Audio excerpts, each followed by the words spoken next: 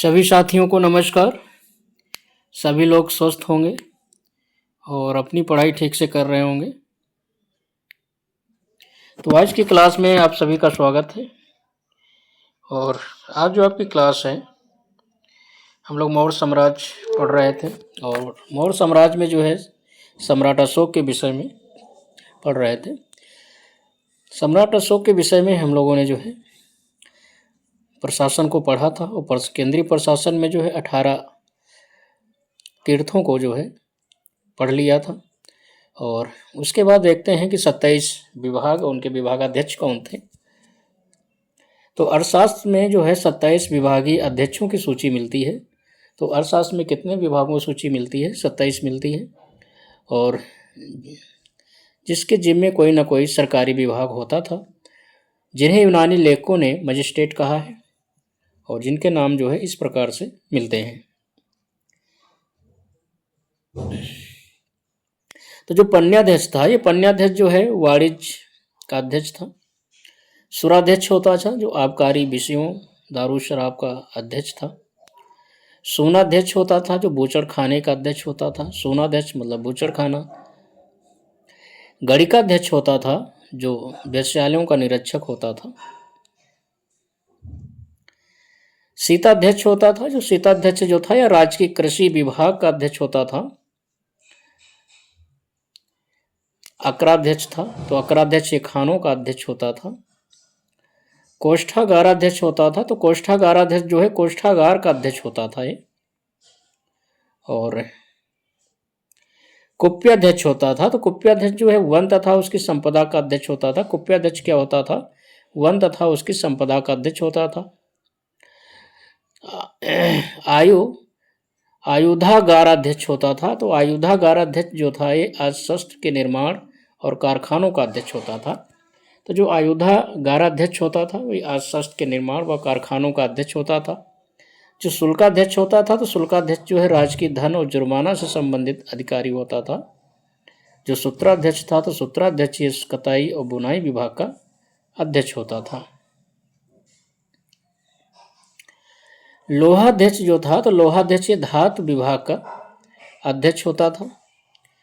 लक्षणाध्यक्ष जो है ये छापे खाने तथा मुद्रा और टकसाल का अध्यक्ष होता था। तो जो लक्षणाध्यक्ष था या छापे खाने, मुद्रा तथा टकसाल का अध्यक्ष होता था।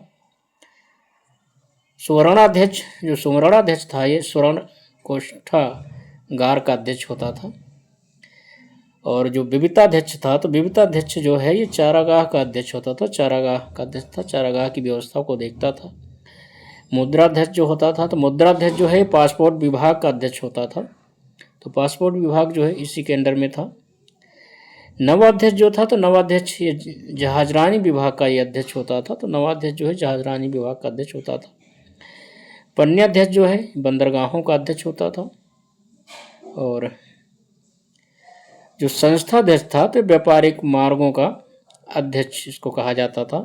देवताध्यक्ष जो था ये धार्मिक संस्थाओं का अध्यक्ष होता था। गोंडाध्यक्ष जो था तो गोंडाध्यक्ष पशुधन विभाग का अध्यक्ष होता था। पौतवाध्यक्ष मापतौल विभाग का अध्यक्ष होता था। और लवड़ाध्यक्ष जो है ये नमक विभाग का अध्यक्ष होता था। बंदगाराध्यक्ष तो बंदगाराध्यक्ष ये जेल विभाग का अध्यक्ष होता था।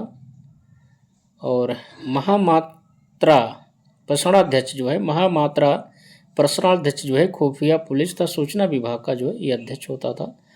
तो इस प्रकार से 27 अध्यक्ष विभागाध्यक्ष थे और जिनके विषय में हम लोगों ने देख लिया है।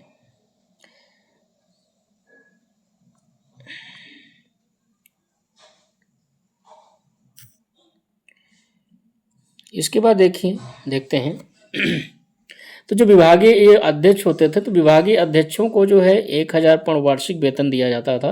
तो जितने भी विभागीय अध्यक्ष थे इनका 1000 पौंड वार्षिक वेतन होता था।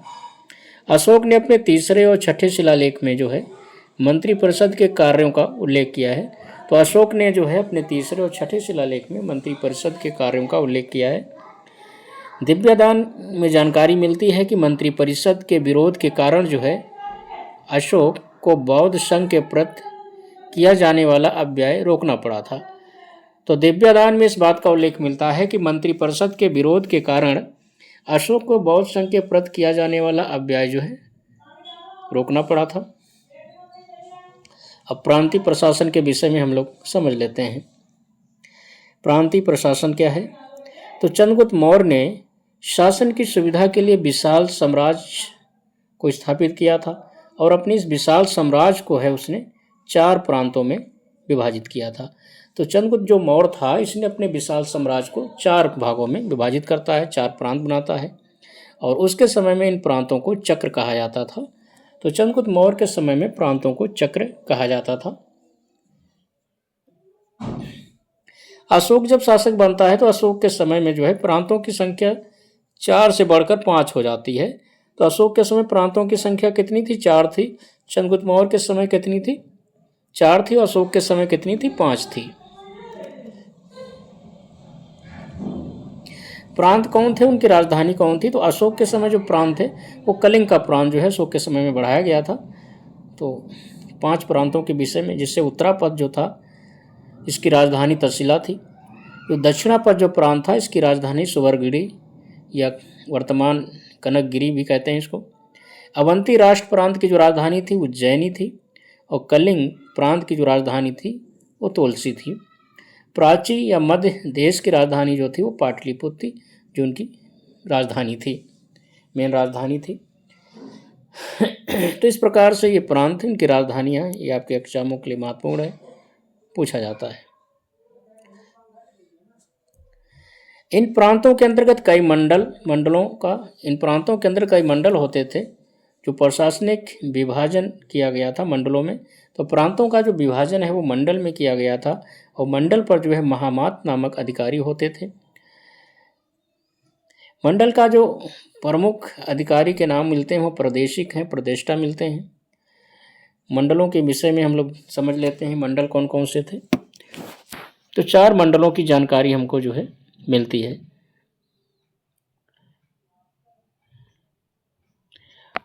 कौशांबी मंडल था, तो कौशांबी मंडल जो है इसकी राजधानी पाटलिपुत्र ही थी, तो कौशांबी मंडल था। गिरनार मंडल था, गिरनार मंडल इसकी राजधानी सौराष्ट्र थी। समापा मंडल था और समापा मंडल की राजधानी जो है तोसली ही थी। इसीला मंडल था, इसीला मंडल की राजधानी सुवर्णगिरी थी। तो ये 4 मंडल थे। कौशांबी मंडल था जिसकी राजधानी पाटलिपुत्र, गिरनार मंडल था जिसकी राजधानी सौराष्ट्र थी, समापा मंडल था जिसकी राजधानी तोसली थी, इसीला मंडल था जिसकी राजधानी सुवर्णगिरी थी। तो मौर्य प्रशासन का स्तरीय खंड जो है निम्नलिखित रूपों में किया गया था। पहले साम्राज्य होता था, साम्राज्य में राजा या सम्राट होता था। साम्राज्य का विभाजन प्रांतों में किया गया था। प्रांत का जो मुखिया था कुमार या आर्यपुत्र यहाँ का प्रमुख अधिकारी होता था। तो प्रांतों का जो मुखिया प्रांतपति जो है ज़्यादातर कुमारों को बनाया जाता था, जो राजकुमार होते थे। प्रांतों का विभाजन मंडल, जिसे कमिश्नरी भी कहते हैं, इसमें किया गया था। और मंडल का जो अधिकारी होता था वो प्रादेष्टा या प्रादेशिक कहलाता था। मंडल का विभाजन जो है आहार या विषय, जिसे वर्तमान में जिला कहते हैं, तो मंडल का विभाजन आहार या विषय, वर्तमान में जिसे जिला कहते हैं, किया गया था। और आहार या विषय का जो अधिकारी था विषयपति या स्थानीय होता था। ठीक है। आहार का विभाजन जो है स्थानीय में किया गया था। और स्थानीय जो है 800 ग्राम, जो स्थानीय होता था इसमें 800 ग्राम शामिल होते थे। तो 800 ग्रामों का जो समूह होता था उसे स्थानीय कहा जाता था। उसके बाद स्थानीय से नीचे जो है द्रोणमुख होते थे। तो स्थानीय का विभाजन द्रोणमुख में किया गया था और द्रोणमुख में जो है 400 ग्रामों का समूह होता था। तो 400 ग्राम जो है मिलकर जो है द्रोणमुख का निर्माण करते थे। द्रोणमुख के नीचे जो है खारोटिक होता था। तो खारोटिक में कितने ग्राम थे? 200 ग्राम शामिल होते थे। खारोटिक के नीचे जो है संग्रहण होता था। संग्रहण में 100 ग्रामों का समूह होता था और इसका प्रधान अधिकारी गोप कहलाता था। तो संग्रहण का जो प्रधान अधिकारी थे वो गोप कहलाता था। और संग्रहण के नीचे जो सबसे छोटी इकाई थी वो गांव थी, ग्राम था। प्रशासन की सबसे छोटी इकाई इसी को कहा जाता था। और ग्राम का जो प्रमुख अधिकारी था वो ग्रामीण कहलाता था। इस प्रकार से जो है इस साम्राज्य का विभाजन है। स्त्री खंड है। सबसे पहले साम्राज्य होता था, साम्राज्य का विभाजन प्रांत में किया गया, प्रांत का विभाजन मंडल में किया गया, मंडल का विभाजन आहार विषय या जिसे जिला कहते हैं में किया गया, जिले का विभाजन स्थानीय में किया गया, स्थानीय का विभाजन द्रोणमुख में होता था और द्रोणमुख का विभाजन खारोटिक में, खारोटिक का विभाजन संग्रहण में, संग्रहण का विभाजन गांव में। तो गांव जो है सबसे छोटी प्रशासनिक इकाई थी। आमत जो थे, तो अमौर प्रशासन में जो आमत होते थे, तो आमत क्या थे, ये योग्य अधिकारियों का समूह होता था। तो आमत क्या थे, जिन्हें मंत्री कहते हैं, ये योग्य अधिकारियों का समूह होता था। प्रादेशिक, तो मंडल के अधीन विभिन्न विभागों के अध्यक्षों के कार्यों का निरीक्षण करता था, जो प्रादेशिक होता था। और यह प्रादेशिक जो है समाहर्ता के प्रति जो है उत्तरदायी होता था। तो प्रादेशिक किसके प्रति उत्तरदायी होता था, समाहर्ता के प्रति उत्तरदायी होता था। युक्त होता था, तो युक्त जो है जिले के अधिकारी होते थे। इसका काम, युक्त का काम क्या था, राजस्व वसूलना था, लेखा जोखा रखना था, सम्राट की संपत्ति का प्रबंध करना भी इसका कार्य होता था युक्त का। राजुक होते थे, तो राजुक का कार्य क्या था, तो राजुक का कार्य जो है वर्तमान जिलाधिकारी जैसा था। यह राजस्व और न्याय दोनों का कार्य देखता था। तो राजुक जो होता था वर्तमान जिलाधिकारी जैसा था, यह राजस्व और न्याय दोनों का कार्य देखता था। स्ट्रैबो जो है, तो स्ट्रैबो मौर्य साम्राज्य में राजकों को मजिस्ट्रेट कहता है। तो स्ट्रैबो जो है, स्ट्रैबो मौर्य शासन में राजुक जो होते थे, इन्हें मजिस्ट्रेट वर्ग का उल्लेख करता है, इन्हें मजिस्ट्रेट कहता है। आगे देखिए, अशोक अपने चौथे स्तंभ लेख में कहता है कि जिस प्रकार माता पिता योग्य धात्री के हाथों में बच्चे को सौंपकर आश्वस्त हो जाते हैं, उसी प्रकार मैंने ग्रामीण जनता के सुख के लिए राजकों की नियुक्ति की है। तो अशोक अपने चौथे स्तंभ लेख में कहता है कि जिस प्रकार माता पिता योग्य धात्री के हाथों में बच्चे को सौंपकर आश्वस्त हो जाते हैं, और उसी प्रकार मैंने ग्रामीण जनता के सुख के लिए राजकों की नियुक्ति की है। तो इस प्रकार की बात जो अशोक अपने राजकों के विषय में कहता है।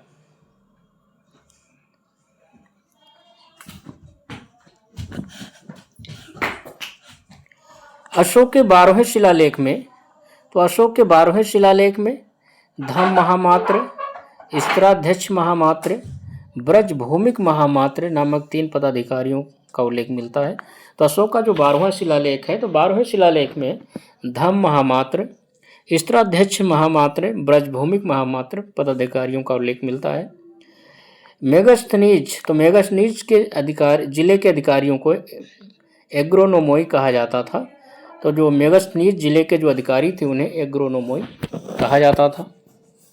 जिले का प्रशासनिक अधिकारी स्थानिक जो समाहर्ता के अधीन था। तो जिले का जो प्रशासनिक अधिकारी था वो स्थानिक था, जो समाहर्ता के अधीन था।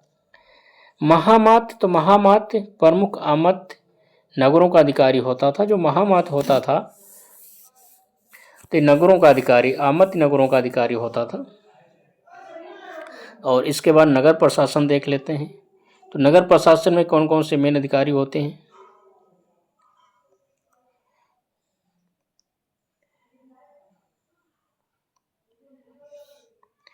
एग्रोनोमोई, मेगस्थनीज जो है जिले के अधिकारियों को एग्रोनोमोई कहता है। तो ये महत्वपूर्ण है, कई सारी परीक्षाओं में जो है पूछा गया है। नगर प्रशासन संबंधित अधिकारियों को देख लेते हैं। तो नगर शासन के लिए एक सभा होती थी, और उस सभा का जो प्रमुख होता था वो नागरिक अथवा प्रमुख कहलाता था। तो नगर शासन के लिए एक सभा होती थी जिसका प्रमुख नागरिक अथवा प्रमुख कहलाता था। मेगस्थनीज ने जो है पाटलिपुत्र में नगर परिषद का उल्लेख किया है। तो पाटलिपुत्र की जो नगर परिषद थी, इसमें 5-5 सदस्यों वाली 6 समितियां होती थी। मतलब एक समिति में जो है 5 सदस्य होते थे, और इस प्रकार से 6 समितियां थी, और इस प्रकार से मिला के 30 सदस्यों वाले मंडल का जो है उल्लेख करता है मेगस्थनीज। तो समितियों के विषय में हम लोग देख लेते हैं। जो पहली समिति थी, तो पहली समिति जो है ये शिल्प कला से संबंधित थी। ये नगर से संबंधित समितियां हैं, ये ध्यान रखिएगा। तो जो पहली समिति थी ये शिल्प कला से संबंधित थी, और इसमें उद्योग व शिल्प कार्यों का ये निरीक्षण करती थी। जो पहली समिति थी ये शिल्प कला से संबंधित थी, उद्योग और शिल्प कार्यों का निरीक्षण करती थी। जो दूसरी समिति जो है वैदेशिक समिति, विदेशी मामले वैदेशिक मामलों को देखती थी, विदेशियों की देखरेख करना जो है समिति का कार्य था। तीसरी जो समिति थी वो जनसंख्या समिति थी। तीसरी समिति का कार्य क्या था? जनसंख्या समिति थी। और इसका काम जो था जन्म मरण का लेखा जोखा रखना होता था। तो तीसरी समिति जो है जन्म मरण का लेखा जोखा रखती थी। इसके बाद चौथी समिति होती थी। तो जो चौथी समिति थी ये व्यापार वाणिज्य की देखरेख करती थी, व्यापार वाणिज्य से संबंधित थी चौथी समिति। पांचवी समिति थी जो वस्तु निरीक्षक समिति थी। तो जो पांचवी समिति थी वस्तु निरीक्षक समिति थी और निर्मित वस्तुओं के विक्रय का जो है ये निरीक्षण करती थी। छठी ये कर समिति थी, बिक्री कर व चुंगी कर वसूलना जो है इसका कार्य था। तो जो छठी समिति थी वो बिक्री कर व चुंगी कर वसूलना जो है इसका कार्य था। आगे देखते हैं। तो मेगास्थनीज ने नगर के अधिकारी को एस्टिनोमोई कहता है। तो मेगास्थनीज जो है नगर के अधिकारी को क्या कहता है? एस्टिनोमोई कहता है, ठीक है। और मेगास्थनीज जिले के अधिकारी को क्या कहता है? एग्रोनोमोई कहता है। तो भाई ये बात आप याद रखिएगा, मेगास्थनीज जिले के अधिकारी को एग्रोनोमोई कहता है और मेगास्थनीज जो है नगर के अधिकारी को एस्टिनोमोई कहता है। ये दोनों क्वेश्चन कन्फ्यूजन के हैं और इसीलिए एग्जामों में बहुत ज़्यादा पूछा जाता है, खासकर टीजीटी, पीजीटी या नेट लेवल के एग्जामों में। अशोक के अभिलेखों में नगर व्यवहारिक तथा अंत महामात्र नामक पदाधिकारियों का उल्लेख मिलता है। तो अशोक के जो अभिलेख हैं इसमें नगर व्यवहारिक और अंत महामात्र नामक पदाधिकारियों का उल्लेख मिलता है। नगर व्यवहारिक जो है ये नगर का न्यायाधीश होता था। जो नगर व्यवहारिक होता था ये नगर का क्या होता था? न्यायाधीश होता था। अंत महामात्र, जो अंत महामात्र थे ये वो पदाधिकारी थे जो सीमावर्ती क्षेत्रों में धर्म का प्रचार किया करते थे। जो अंत महामात्र थे ये सीमावर्ती क्षेत्रों में धर्म का जो है प्रचार किया करते थे।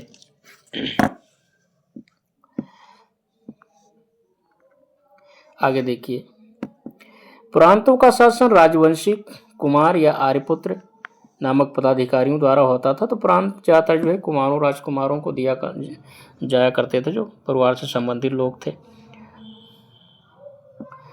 कुमारों की सहायता के लिए जो है प्रांत में महामात्र नामक अधिकारी नियुक्त किए जाते थे। तो कुमार के राजकुमारों की सहायता के लिए महामात्र नामक अधिकारी होते थे। ग्राम का जो अध्यक्ष था वो ग्रामीण था, ग्रामवासियों द्वारा निर्वाचित होता था वेतनभोगी कर्मचारी नहीं था। तो जो ग्राम का जो अध्यक्ष था, जो मुखिया था वो ग्रामीण होता था, ग्रामवासियों द्वारा निर्वाचित होता था वेतनभोगी कर्मचारी नहीं होता था। आगे देखिए, अर्थशास्त्र जो ग्राम वृद्ध परिषद का उल्लेख मिलता है। तो अर्थशास्त्र में ग्राम वृद्ध परिषद का उल्लेख मिलता है और इसमें ग्राम के प्रमुख व्यक्ति होते थे जो ग्राम शासन में ग्रामीण की जो है मदद करते थे। तो अर्थशास्त्र में जो ग्राम वृद्ध परिषद का उल्लेख मिलता है इसमें ग्राम के प्रमुख व्यक्ति होते थे जो ग्राम शासन में ग्रामीण की मदद करते थे।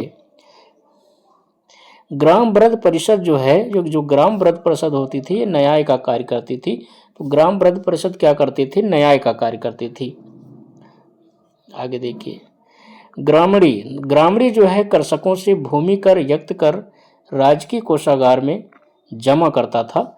ग्रामीण क्या करता था कि किसानों से भूमि कर को इकट्ठा करता था और राजकीय कोषागार में जमा करता था। ग्राम सभा, तो जो ग्राम सभा का जो कार्यालय होता था, तो ग्राम सभा के कार्यालय का कार्य कौन करता था? गोप नामक कर्मचारी करता था। तो ग्राम सभा के कार्यालय का कार्य जो है गोप नामक कर्मचारी करता था। आगे देखिए, ग्राम शासन के विषय में सोहगौरा जो है, सोहगौरा अभिलेख जो है ये गोरखपुर उत्तर प्रदेश में मिला है तथा महास्थान जो बंगाल के बोगरा जिले में स्थित है। इन अभिलेखों से कुछ सूचनाएं मिलती हैं और इसमें कहा गया कि जनता के लिए अनाज भंडार गृह का उल्लेख, इसमें कहा गया है कि जनता के लिए अनाज भंडार गृहों को खोला गया है जो अकाल और सूखा के समय जो है इस अनाज को वितरित किया जाएगा लोगों में। तो इस प्रकार का उल्लेख जो है सौगौरा, गोरखपुर और महास्थान जो बंगाल से मिला है, इसमें मिलता है, इस बात का उल्लेख मिलता है। ग्रामिकों के कार्यों का, जो ग्रामीण होते थे, ग्रामिकों के कार्यों पर गोप नामक अधिकारी जो है नियंत्रण रखते थे। तो ग्रामिकों के कार्यों पर गोप नामक अधिकारी नियंत्रण रखता था। एक गोप की जिम्मेदारी जो है 10 गांवों की होती थी। तो एक गोप जो है 10 गांवों की जिम्मेदारी जो है एक गोप की थी। न्याय व्यवस्था हम लोग देख लेते हैं। न्याय व्यवस्था से भी क्वेश्चन पूछा जाता है। तो मौर्य साम्राज्य की जो न्याय व्यवस्था है, तो मौर्य साम्राज्य की न्याय व्यवस्था में सम्राट जो है सर्वोच्च न्यायाधीश होता था। न्याय का उद्देश्य सुधारवादी न होकर आदर्शवादी था। तो मौर्य काल में जो न्याय का उद्देश्य था वह सुधारवादी न होकर आदर्शवादी था। ग्राम सभा की सबसे छोटी न्यायालय थी जो ग्राम सभा था। तो ग्राम सभा सबसे छोटी न्यायालय थी जहां ग्रामीण तथा ग्रामबद्ध अपना निर्णय देते थे। ग्राम न्यायालयों के ऊपर संग्राहक होता था, द्रोणमुख होता था, द्रोणमुख के ऊपर स्थानीय के ऊपर जनपद के न्यायालय होते थे।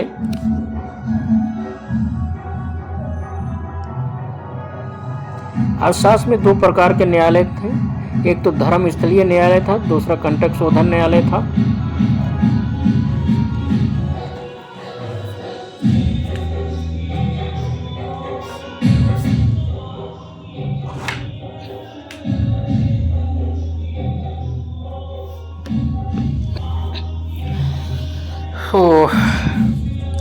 अब भाई अब शोर शराबा ज़्यादा होने लगा है क्योंकि पड़ोस में शादी का कार्यक्रम है घर के पास में।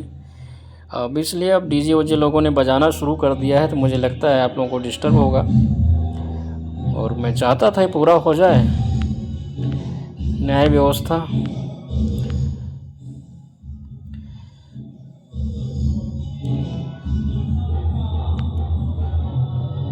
तो अर्थशास्त्र में 2 प्रकार के न्याय थे। एक तो धर्मस्थलीय न्यायालय था, दूसरा कंटक शोधन न्यायालय था।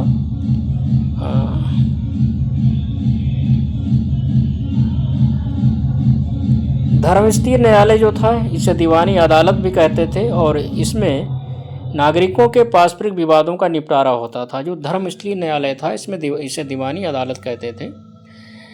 तो दीवानी अदालत धर्मस्थलीय न्यायालय को कहते थे।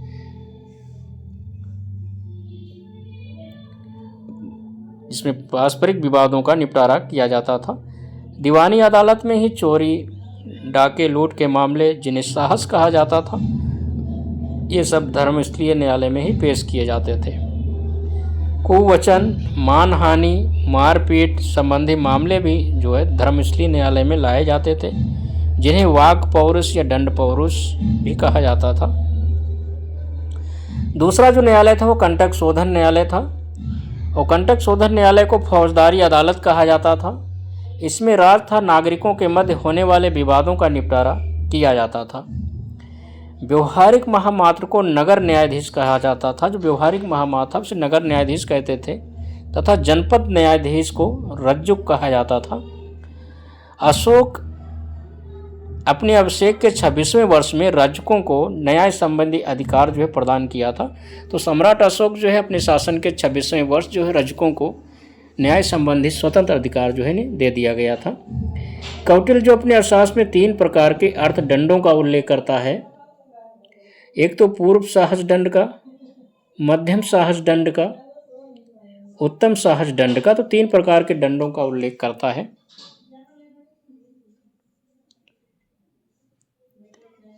अशोक अपने प्रति 5वें वर्ष जो है न्यायाधीशों के कार्यों की जांच के लिए महामात्रों को दौरे पर भेजता था, तो कैद पाए गए व्यक्तियों का निरीक्षण करवाता था। तो अशोक जो है अपने प्रति 5वें वर्ष न्यायाधीशों के कार्यों की जांच के लिए महामात्रों को दौरे पर भेजता था और कैद पाए गए व्यक्तियों का निरीक्षण जो है करवाता था।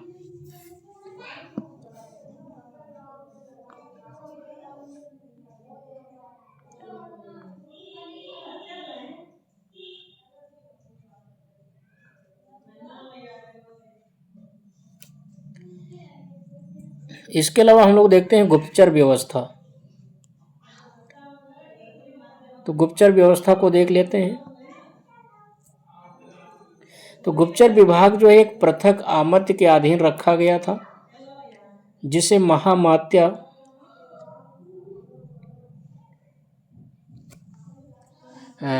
पर्षद कहा जाता है। तो गुप्तचर विभाग जो है इसके लिए एक पृथक आमत्य होता था, मंत्री होता था, जिसे महामात्य पर्षद कहा जाता था। कौटिल्य के अर्थशास्त्र में गुप्तचरों को गूढ़ पुरुष कहा गया है। मौर्य शासन में दो प्रकार के गुप्तचर कार्य करते थे, एक तो संस्थागत गुप्तचर थे, दूसरे संचार गुप्तचर थे। जो संस्थागत गुप्तचर होते थे, ये गुप्तचर एक ही स्थान पर संस्थाओं के रूप में संगठित होकर कपाटिक, छात्र, उदास्ती, गृहपथिक, वैदेहक और तापस के रूप में जो है कार्य करते थे। तो जो संस्था गुप्तचर होते थे वह गुप्तचर जो एक ही स्थान पर संस्थाओं में संगठित होकर कपाटिक, छात्र, उदास्ती, गृहपथिक, वैदेहक और तापस के रूप में जो है कार्य करते थे। संचार गुप्तचर जो थे ये गुप्तचर एक स्थान से दूसरे स्थान पर भ्रमण करते हुए कार्य करते थे। तो जो संचार गुप्तचर होते थे ये एक स्थान से दूसरे स्थान पर भ्रमण करते हुए कार्य करते थे। ठीक है, आगे देखते हैं।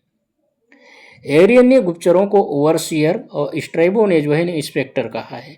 तो एरियन जो है गुप्तचरों को ओवरसियर कहता है और स्ट्रैबो जो है गुप्तचरों को इंस्पेक्टर कहता है। स्त्री गुप्तचर भी होती थी। स्त्रियों को बरसली, भिक्षुकी, परिव्राजक के रूप में जाना जाता था। नर गुप्तचर होते थे तो नर गुप्तचरों को संति, तिसड़ा, शरद के नाम से जाना जाता था। तो मौर्य काल में जो अशोक के समय में जो नर गुप्तचर थे उन्हें संति, तृष्णा, शरद कहा जाता था। प्रतिवेदक होते थे तो प्रतिवेदक क्या थे, विशेष स्वानदाता होते थे, इनकी पहुंच सीधे राजा तक होती थी। तो प्रतिवेदक जो है ये स्वानदाता होते थे और इसकी पहुंच जो है सीधे राजा तक होती थी। पुलिसानी होते थे, पुलिसानी ये लोगों के विचारों से राजा को अवगत कराता था। जो पुलिसानी थे ये लोगों के विचारों से राजा को अवगत कराते थे। तो चौथे स्तंभ लेख में अशोक कहता है, चौथे स्तंभ लेख में अशोक क्या कहता है कि मैंने राजकों को न्यायिक अनुसंधान तथा दंड में स्वतंत्र कर दिया है। चौथे स्तंभ लेख में अशोक कहता है कि मैंने राजकों को न्यायिक अनुसंधान तथा दंड में स्वतंत्र कर दिया है, जिससे वो निर्भय होकर विश्वास के साथ अपना कार्य करें। तो चौथे स्तंभ लेख में अशोक कहता है कि मैंने राजकों को न्यायिक अनुसंधान तथा दंड में स्वतंत्र कर दिया है, जिससे वो निर्भय होकर विश्वास के साथ अपना कार्य करें।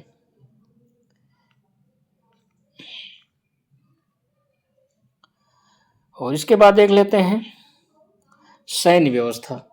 तो मौर्य साम्राज्य में सैन्य व्यवस्था कैसी थी, इसके विषय में हम लोग पढ़ लेते हैं। प्लिनी कहता है या लिखता है, चंद्रगुप्त मौर्य के पास 6,50,000 अश्वारोही तथा 9,000 हाथी और 8,000 रथों से सुसज्जित विराट सेना थी। तो प्लिनी लिखता है कि चंद्रगुप्त मौर्य के पास 6 लाख पैदल सैनिक, 50,000 अश्वारोही थे, 9,000 हाथी थे, 800 रथों से सुसज्जित एक विशाल सेना थी। मेगास्थनीज लिखते हैं कि सेना का प्रबंध जो है 6 समितियों के द्वारा होता था। तो मेगास्थनीज लिखता है कि सेना का जो प्रबंध है 6 समितियों के द्वारा होता था। प्रत्येक समिति में जो है 5-5 सदस्य होते थे और ये समितियां जो है निम्नलिखित प्रकार से कार्य करती थी। जो पहली समिति होती थी, जो सेना समझ जो पहली समिति थी, ये जल सेना की व्यवस्था को देखती थी। जो दूसरी समिति थी, ये दूसरी समिति यातायात और रसद सामग्री की व्यवस्था सेना के लिए करती थी। जो तीसरी समिति थी, यह तीसरी समिति पैदल सैनिकों की देखरेख करती थी। जो तीसरी समिति थी यह पैदल सैनिकों की देखरेख करती थी। और चौथी समिति जो थी, जो चौथी समिति थी, ये अश्वारोहियों की व्यवस्था या अश्वारोहियों के सेना की व्यवस्था करना किसका काम था, चतुर्थ समिति का। जो पांचवी समिति थी, तो पांचवी समिति जो है ये गज सेना की व्यवस्था करती थी। जो पांचवी समिति थी ये गज सेना की व्यवस्था करती थी। और जो छठी समिति थी, तो छठी समिति जो है सेना के रथों की व्यवस्था करती थी। छठी समिति क्या करती थी, सेना के रथों की व्यवस्था करती थी। पंचम समिति गज सेना की व्यवस्था करती थी। चतुर्थ समिति अश्वारोहियों की सेना की व्यवस्था करती थी। तृतीय समिति जो है पैदल सैनिकों की देखरेख करती थी। द्वितीय समिति जो है यातायात और रसद सामग्री की व्यवस्था करती थी। और प्रथम समिति जो है जल सेना की व्यवस्था करती थी। तो इस प्रकार से ये सैन्य व्यवस्था से संबंधित समितियां थीं। सेनापति जो है युद्ध विभाग का प्रधान अधिकारी था। 4800 पर वार्षिक जो है इसे वेतन दिया जाता था। सेना के जो अंग थे अश्व, गज, रथ और पैदल, ये अलग अलग सेना के अंग थे और इनके अध्यक्ष अलग अलग होते थे। इनके अध्यक्षों को 800 पर वार्षिक जो है वेतन दिया जाता था। नायक होता था, तो नायक जो है युद्ध क्षेत्र में सेना का संचालन करने वाला होता था। तो नायक जो है युद्ध क्षेत्र में सेना का संचालन करता था। नायक को 12,000 पर वार्षिक वेतन मिलता था। तो नायक को जो है 12,000 पर वार्षिक वेतन मिलता था। मौर्यों के पास शक्तिशाली एक नौसेना थी और नौसेना का जो प्रमुख प्रधान था वह नवाध्यक्ष होता था। युद्ध प्रयुक्तों के अतिरिक्त व्यापारिक स्रोतों का भी ये अध्यक्ष होता था। अंतपाल होता था, तो अंतपाल नामक पदाधिकारी सीमांत दुर्गों का रक्षक होता था। तो जो अंतपाल था, तो अंतपाल नामक जो पदाधिकारी था या सीमांत दुर्गों का रक्षक था। तो इस प्रकार से हम लोग आज की क्लास यहीं पे समाप्त करते हैं और फिर मिलते हैं अगली क्लास में। देखने के लिए धन्यवाद।